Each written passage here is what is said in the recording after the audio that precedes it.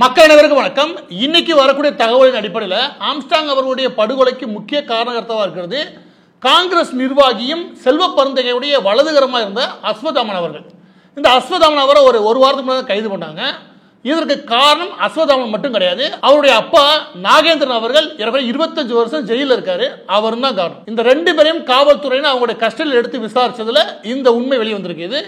அஸ்வத்தாமன் தான் காரணம் இந்த ஆம்ஸ்ட்ராங் அவருடைய படுகொலைக்கு. எதனால படுகொலை செய்யப்படுகிறார், எப்படி படுகொலை செய்யப்படுகிறார், அதுக்கு பின்புலமா இருந்தது என்ன, இதுல தமிழக அரசுடைய செயல்பாடு, இது எல்லாத்தையும் கொஞ்சம் உன்னிப்பா கவனிக்க வேண்டியது அவசியம். முதலாவது, கொலை செய்யப்பட்ட ஆம்ஸ்ட்ராங் அவர்களுக்கும் இன்று கைது செய்யப்பட்ட அஸ்வத்தாமன் இவங்களுக்கு எப்படியான பிரச்சனைகள் மூடுது, எந்த இடத்துல முரண் வருது. ஏன்னா இவங்க ஒரு 15-20 நாளைக்கு முன்னாடி, அதாவது அவர் படுகொலை செய்யப்படுறதுக்கு ஒரு 15-20 நாளைக்கு முன்னாடி கொலை செய்யப்பட்ட ஆம்ஸ்ட்ராங் அவருடைய சுப நிகழ்ச்சிகள்ல இந்த அஸ்வத்தாமன் கலந்து கொள்கிறார். அது கலந்துகிட்டது மட்டும் கிடையாது, சுத்தி இருக்க எல்லாரும் என்ன சொல்றாங்கன்னா அவர் அங்கிள் கூப்பிடுவாரு, அந்த அளவுக்கு நெருக்கமாக தான் இருந்தாங்க. பின்ன எதற்கு கொலை செய்யப்படணும், கொலை செய்வதற்கான காரணம் என்ன, இதை நாங்க தொடர்ந்து விசாரிச்சதுல எங்கிருந்து முக்கியமாக பெரிய பிரச்சனையா மாறுது. இவங்களுக்குள்ள ஏகப்பட்ட கான்ஃபிளிக்ட், அதாவது ஏகப்பட்ட முரண்பாடுகள் இருந்தாலும் கூட எந்த இடத்துல இவங்களுக்கு பூதாகரமா வெடிக்குது அப்படின்னா, கொஞ்ச நாட்களுக்கு முன்னாடி சோழவரம் பகுதியில் இருக்கக்கூடிய ஒரு 5 ஏக்கர் நிலம், இந்த 5 ஏக்கர்ல இருந்து 6 ஏக்கர் நிலத்தின் மீது ஒரு பெரிய பிரச்சனை ஒன்று வருது. இதுல மிக முக்கியமான நபர் யார் அப்படின்னா, ஒரு புகழ்பெற்ற சோப்பு கம்பெனி வச்சுக்கோங்க. அந்த சோப்பு கம்பெனி அந்த குறிப்பிட்ட இடத்த அது புறம்போக்கு தான், ஆனா அந்த இடத்த அவங்க பயன்படுத்திக்கிட்டு இருக்காங்க. இந்த நேரம்ல அது உரிமை கொண்டாட விதமாக இன்னொரு தரப்பு உள்ள வருது. இதுல இந்த சோப்பு கம்பெனி இருக்கு இல்லையா, இதனுடைய நபர்கள் யாரை அணுகுறாங்க அப்படின்னா ஆம்ஸ்ட்ராங் அவர்களை.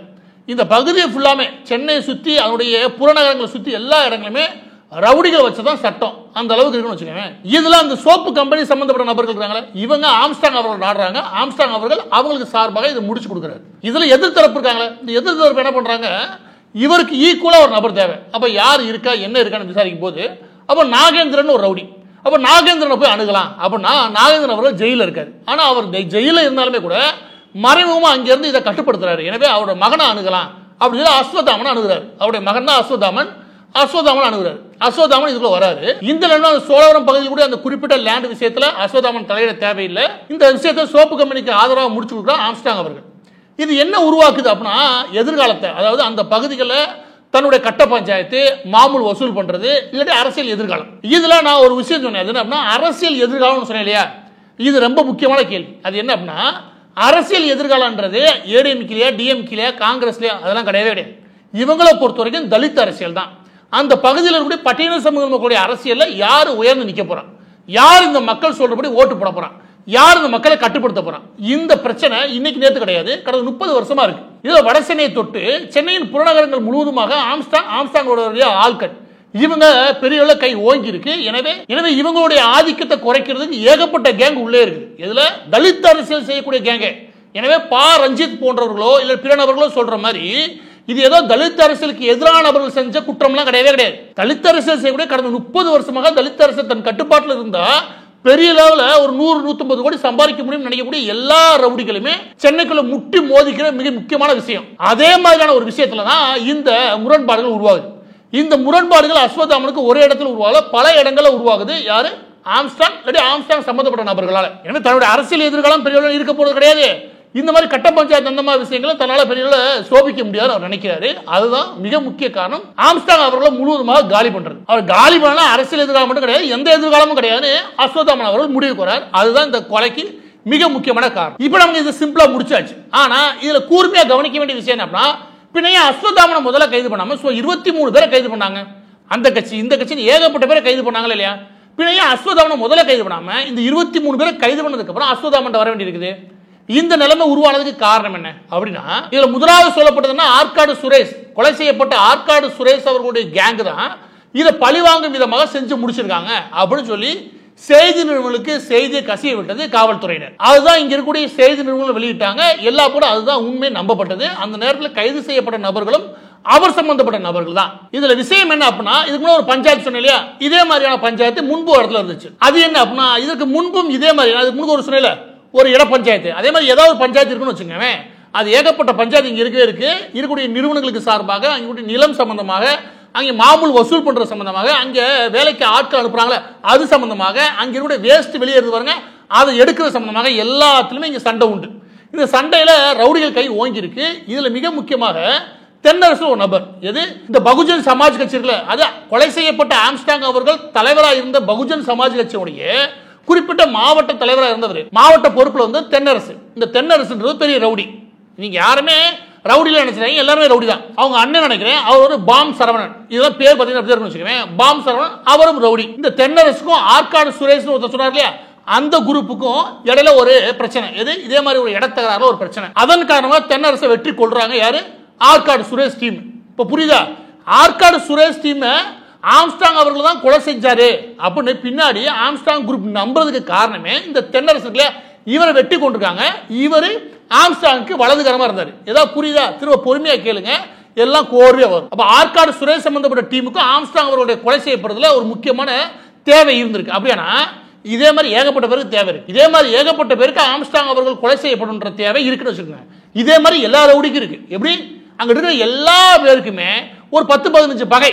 இது எல்லா பகையும் ஒன்று சேருதுல, அந்த இடத்துல எல்லா பேரும் சேர்ந்து ஒரு புள்ளியில இணைஞ்சு ஆம்ஸ்டாங் அவர்கள் கொலை செய்றாங்க. எனவே ரவுடி ஆற்காடு சுரேஷ் சம்பந்தப்பட்ட நபர்களுக்கு இதுல காரணம் இல்லாம கிடையாது, அவங்களுக்கு தேவையும் வந்திருக்கு. அதே நேரம் இதுல மிக முக்கியமான குற்றவாளி அஸ்வதாமன். ஏன்னா அவருக்கு தான் இதுல அதிகப்படியான பங்கு, அவருக்கு தான் நோக்கமே.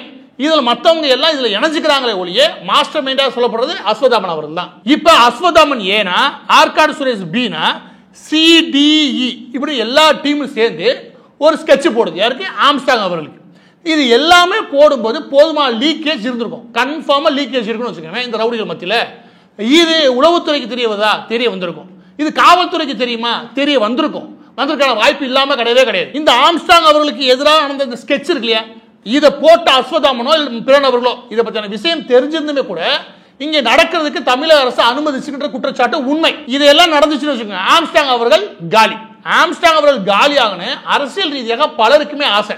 அவர் நகர்ந்ததுக்கு அப்புறம் அந்த இடத்துல தலித் அரசியல், அவர் செஞ்ச அந்த அரசியலுக்கு அதை தான் கையில் எடுக்கணும்னு ஏகப்பட்ட பேருக்கு தேவை இருந்துச்சு. அதுல மிக முக்கியமாக பெரிய அரசியல் கட்சிகளுக்கும் அதனுடைய விருப்பம் இருந்தது உண்டு. இதுல மிக முக்கியமான புள்ளி, இதனுடைய நேரடியாக பலன் கிடைக்க போற நபர் யாரு அப்படின்னா செல்வ பெருந்தகை தான். ஏன் அப்படி சொல்றேன் அப்படின்னா, இந்த அஸ்வத்தாமனுக்கு காட்ஃபாதரா, அதாவது தனக்கு ஏறக்குறைய கடவுள் மாதிரி நபர் யார் அப்படின்னா செல்வ பெருந்தகை தான். அப்புறம் அவர் பல இடங்களே சொல்லியிருக்காரு. செல்வ பெருந்தகை சொல்லாம எங்கே நகர்றதே கிடையாது. செல்வ பெருந்தகை நேரடியாக இந்த ரவுடி வேலைகள் ஈடுபடுறது கிடையாது. இந்த மாமூலு, கட்ட பஞ்சாயத்து, எங்கேயாவது போய் வசூல் பண்றது, இந்த மாதிரி வேலைகளுக்கு எல்லாமே தனக்கு கீழே உள்ள நபர்களை வச்சு மறைமுகமா அஸ்வத்தாமனை வச்சுதான் அங்கே அந்த வேலைகளில் ஈடுபட்டார். எப்படி அஸ்வத்தாமனை வச்சு மறைமுகமாக அவர் வேலையில் ஈடுபட்டார். அப்படின்னா இந்த அஸ்வத்தாமன் இன்னைக்கு இவ்வளவு பெரிய ஆம்ஸ்டாங் போன்ற நபர்களை கொலை செய்ய முயற்சி பண்றாருன்னா இங்க செல்வ பெருந்தகைக்கு தெரியாமலா இருக்கும். செல்வ பெருந்தகைக்கு தெரிய வருதுன்னா அவர் ஆளுங்கட்சிக்கு சொல்லியிருந்தாலே இதை முடிச்ச முடியும் கடை. அப்ப இதுல அரசியல் வட்டமும் சரி, அதிகார வட்டமும் சரி தெரிஞ்சேதான் இதை அனுமதிச்சிருக்காங்க. இது அனுமதிக்கிறது மூலமாக ஒண்ணு, யாரோ ஒருத்தன் ஜெயிலுக்கு போறேன், எவனோ ஒருத்தனை நம்ம பலிகடை வாக்கிடலாம். ரெண்டாவது ரொம்ப முக்கியம், நமக்கு தேவையான அரசியல் வெற்றி தான் இங்க உருவாக்க முடியும். இதுதான் இந்த ஆளும் தரப்புக்கு மிக முக்கியமான தேவையா இருந்திருக்கணும். எல்லா பேரும் ஸ்கெட்ச் போடுறானுங்க, போடுங்க. எல்லா பேரும் சேர்ந்து கொலை பண்ண போறானுங்க, பண்ணுங்க. எல்லாமே செஞ்சு முடிச்சதுக்கு அப்புறம் அவங்க என்ன திட்டமோ அதன்படியே நடந்து முடியட்டும். அதுக்கப்புறம் நம்ம தேவை ஒன்று இல்லையா, அதை பூர்த்தி பண்ணிக்கிறோம். பின்னதுக்கு 23 பேரை கைது பண்ணானுங்க. இந்த 23 பேரை கைது பண்ணி ஒரு குழப்பமான நிலைமைக்கு போகணும் இந்த கொலை வழக்கு அப்படின்றதா இவங்க ஸ்கெட்சாவே இருந்திருக்கணும். ஏன் அப்படி சொல்றேன் அப்படின்னா, இதுல எல்லா மத்தமே ஈடுபடுத்திருக்கானுங்க. இந்த கட்சி அந்த கட்சியும் கிடையாது. போட்டது 4 பேர் ஸ்கெட்ச் போடலாம், ஆனா ஏகப்பட்ட பேரை உள்ள இழுத்துட்டு வச்சுக்கவே அதுல பெரிய குழப்பம் உருவாகும். இந்த கீழே கூட நீதிமன்றங்களில் வேணா ஒரு குற்றம் சொல்லலாம், அதுக்கப்புறம் ஹைகோர்ட் ஒன்று இருக்கு, சுப்ரீம் கோர்ட் ஒன்று இருக்குது. நேரடியாக நான் காரணமே கிடையாது, கட்சி தூக்கிட்டு போனா அந்த இடத்துல இருந்தனா அது சம்பந்தப்பட்ட நபர்கள் நான் பேசினா இவ்வளவு பேர் சம்பந்தப்பட்டிருக்காங்க இப்படின்னு இந்த ஒட்டுமொத்த கொலையை குழப்ப முடியும். இதை குழப்பணும்னா இதுல அதிகப்படியான நபர்களுடைய இன்வால்மெண்ட் இருக்கணும். அவங்களுக்கு தெரிஞ்சோ தெரியாமலோ அதிகப்படியான இன்வால்மெண்ட் இதுல உருவாக்கணும். அவங்களோட தொடர்பை இதுல உருவாக்கணும். அவங்களுக்கு குற்ற பின்னணி இருக்கணும். அவங்களுக்கு போதுமான அளவுக்கு அரசியல் பின்புலமும் இருக்கணும். இதுதான் இந்த கொலையை நடத்தி முடிக்கிறதுக்கு முன்பு அஸ்வத்தாமன் சம்பந்தப்பட்ட நபர்கள் உருவாக்குன வலையா இருக்கும். இப்ப ஆளும் திமுக தரப்பை பொறுத்த வரைக்கும் இந்த ஒட்டுமொத்த வலையும் அவங்களுக்கு புரியாம கிடையாது. இதுல இன்டெலிஜென்ஸ் ரிப்போர்ட் கிடைக்காம கிடையாது. இதெல்லாம் நடந்து முடியும் போது இவங்க சொல்றபடி குழப்பத்தை உருவாக்கி நம்ம கைதுகளை அதிகப்படுத்தணும்னு வச்சுக்கோங்க, மக்களே ஒரு சலிப்பு நிலைக்கு போயிடும். எல்லா கட்சிக்காரையும் கைது பண்ணி கடைசியா தன்னுடைய கூட்டணி கட்சியில் கூட காங்கிரஸ் கட்சிக்காரனை கைது பண்றாங்க. எடுத்தனும் கைது பண்ணாலும் வச்சுக்கோங்க, என்ன ஏதுன்னு இன்டெலிஜென்ஸ் கேள்வி வைப்பாங்க, என்ன ஏது நம்மளை கேள்வி வைப்பானுங்க. நம்மளோட கூட்டணி கட்சியாக இருக்கக்கூடிய காங்கிரஸ் வச்சு நம்மளால பதில் சொல்ல முடியாது. எனவே நம்ம என்ன பண்ணுவோம் அப்படின்னா இது எல்லாத்தையும் குழப்போம். எப்படி இவங்க என்ன திட்டம் போட்டாங்களோ அது சம்பந்தப்பட்ட எல்லா நபர்களையும் கைது பண்ணி உள்ள போட்டு ஒட்டுமொத்தமா எல்லாத்தையும் குழப்பி விட்டு கடைசியா மெயின் குற்றவாளி இருக்கக்கூடிய அஸ்வத்தாமனை கைது பண்ணுவோம். எனவே இந்த ஒட்டுமொத்த கொலை சாதாரண நடக்கவே கிடையாது. இந்த எல்லா கொலைகளுக்கும் மிக முக்கியமாக மாஸ்டர் மைண்டா பின்னாடி இருந்தது இந்த அஸ்வத்தாமன் அவர்களுடைய அப்பா நாகேந்திரன். அவர் எங்க இருக்காரு? ஜெயிலுக்குள்ள இருக்காரு. ஜெயிலுக்குள்ள உட்கார்ந்து ஜெயிலே ஒரு மர்டர், வெளியே பல மர்டர் நடக்குது. அதுக்கு காரணம் நாகேந்திரன்னா அந்த லட்சணத்துல தான் அந்த அரசாங்கம் இருக்கு. புரியுது அவங்களுக்கு? இது எல்லாம் நடக்குதுன்னா இது சம்பந்தப்பட்ட எந்த விழிப்புணர்வு நிலையும் இல்லை, எனக்கு இது இன்புட் இல்லைன்னு இந்த திமுக அரசாங்கத்தினால சொல்ல முடியாது. கன்ஃபார்மா சொல்றேன், எல்லாம் நடக்கிறதுக்கு மிக முக்கியமான காரணகர்த்தா யார் அப்படின்னா இது தெரிஞ்சும் தெரியாம கண்டுக்காம இருப்போம். நடந்து முடிஞ்சதுக்கு அப்புறம் நமக்கு ஒரு ஆதாயம் இருக்குன்னு திமுக கணக்கு போட்டதான். திருடுறவே திருடட்டும், திருட்டு வந்ததும் அவனை பிடிச்சி வச்சு ஜெயிலுக்கு அனுப்பணும், திருட பொருள் நம்ம திருட்டு ஓடிப்பிடுவோம். இதுதான் பொதுவாகவே திமுக காரோட புத்தி. பதிவோட இறுதியாக நான் சொல்ல வேண்டிய விஷயம் என்ன அப்படின்னா, இந்த கொலை நடந்த ஆரம்பத்துல சொல்ற விஷயம் என்ன அப்படின்னா, இதுல அரசியல் காரணம் மிக முக்கியமானது. ஆனா அந்த அரசியல் காரணம்ன்றது வேற எந்த கட்சி சம்பந்தப்பட்டதோ கிடையாது. இது முழுக்க முழுக்க தலித் அரசியல் கூடாடக்கூடிய ஒரு போட்டி.